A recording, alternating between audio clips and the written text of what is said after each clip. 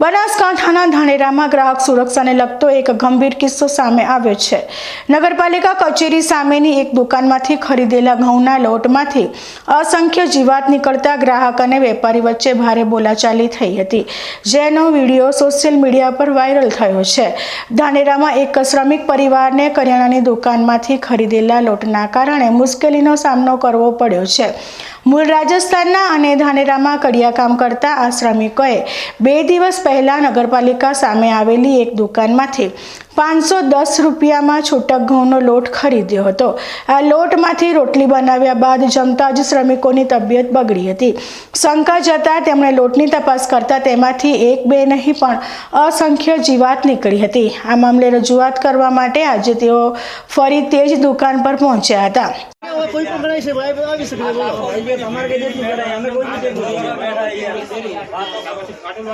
भाई तो भी दो હું તો પછી માલ લે તમારે ચેપાઈ દો તમાર ભાડી હું નથી બોલતો સાહેબ મારે માલ લે આવી શકે પણ આપણે તો દેખી આપી છે આપણે ભગવાન ઉડે ઓફા લીએ મજૂર નહીં દેખતા મજૂર લાઈટ કે છે બધી દેખી કે વાત ના તમારી કોઈ મજૂર ઓફ નહીં આવતી મજૂર ઓફ નહીં આવતી તમારી કોઈ એડિકેટ નહીં પછી યાર વાત પર ખોટી ખોટી યાર જોર મત કર ભાઈ મત કર જે બધી વસ્તુ પર સાહેબ કરા બીલમાં લખેલું હોય તો કોઈ માલ સાફ અરે કે મજૂર કેમ મજૂર મોટસ નહીં આવતા મજૂર નહીં કરતા મજૂર ટેમ ઉપર અને ખાવે ટેમ ઉપર મજૂર જીવો કેના મળે ખાવણ જીવો ને એમાં ઠીકું ના હોય મત કરા જોર તને આગળ પડશે મત જીવો કેના મળે કમાવ કેના મળે મજૂર વસ્તુ તો કોઈ બી હોય અરે મજૂરો તો કોઈ પણ હશે મારે માલ તો દેખીને ખાવ જીવો પડે યાર હેલો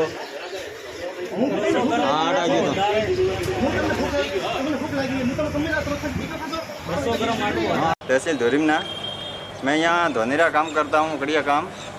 यहाँ पर मेरी लेबर रहती है साइड पे। मैं यहाँ आटा ले लेने आया था धोनेरा, जो नगर पालिका सामने है 7 वाट, वहाँ से मैं आटा लेके गया आज से 2 दिन पहले। और कल शाम को उसने खाना बनाया था, रोटी बनाई थी, उसमें बहुत कीड़े थे और मकोड़े थे। उसकी वजह से वो लोग 2 मेरे बीमार हो गए, तो मैं आज वो आटा लेके वापस इस दुकान पे आया हूँ। तो ये लोग मेरे को कुछ जवाब नहीं दे रहे हो, सही तरीके को जवाब भी नहीं दे रहे हैं। तो मैं आपसे आग्रह करता हूँ कि इनका कुछ किया जाए या कार्रवाई किया जाए। मेरे जो मजदूर है वो अभी हॉस्पिटल है, ये खाने की वजह से उनका पेट खराब हो गया और उनका ब्लड भी खराब हो गया है। तो मैं अभी यहाँ आया था, लेकिन ये कुछ मेरे को अच्छी तरह से या जवाब संतोषी को जवाब नहीं मिला है मेरे को। आपने बात की कहीं पे इसके लिए? इसमें इसके लिए कहाँ पे इंक्वायरी करवाई? मैंने इंक्वायरी नहीं किया, आपको मीडिया को बुलाया और तो मेरी यहाँ कोई सुनाई होती नहीं है, क्योंकि मैं राजस्थान का हूँ, गुजरात में अपनी चलती नहीं है वैसे। और ये लोग मेरे को डरा रहे, धमका रहे कब से। बिल वगैरह दिया था? कितने का बिल है मेरे पास? कितना था? 510 रुपये का बिल लेके गए थे, वो बिल ही है मेरे पास। क्या बोला आपने गए तो वहाँ पे दुकान? मेरे को बोला कि ये तो ऐसे ही आता है कि इसमें हो जाता है। और वैसे दुकान का जो मालिक है उसने बोला कि 3 घंटे से ज़्यादा आपके आटा रखते हो तो उसमें के कीड़े पैदा हो जाते हैं। तो मैं आपसे ये पूछना चाहता हूँ, अगर 3 घंटे के अंदर तो आटा ख़राब हो जाता है, फिर तो अपन खाएंगे क्या?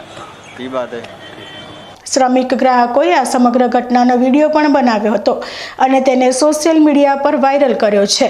આ ઉપરાંત તેમણે પાલનપુર ખાતેના ફૂડ વિભાગને પણ આ અંગે મોબાઈલ દ્વારા જાણ કરી છે।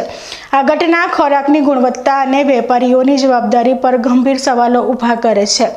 આવનારા સમયમાં દિવાળી અને નવરાત્રી જેવા તહેવારો છે, ત્યારે બજારમાં વેચાતા ખાદ્ય પદાર્થોની ગુણવત્તાની ચકાસણી થવી ખૂબ જ જરૂરી છે। ફૂડ વિભાગ દ્વારા આ મામલે તાત્કાલિક અને કડક કાર્યવાહી થવી જોઈએ, જેથી ગ્રાહકોના સ્વાસ્થ્ય સાથે ચેડા કરનાર વેપારીઓ સામે કડક પગલાં લઈ શકાય।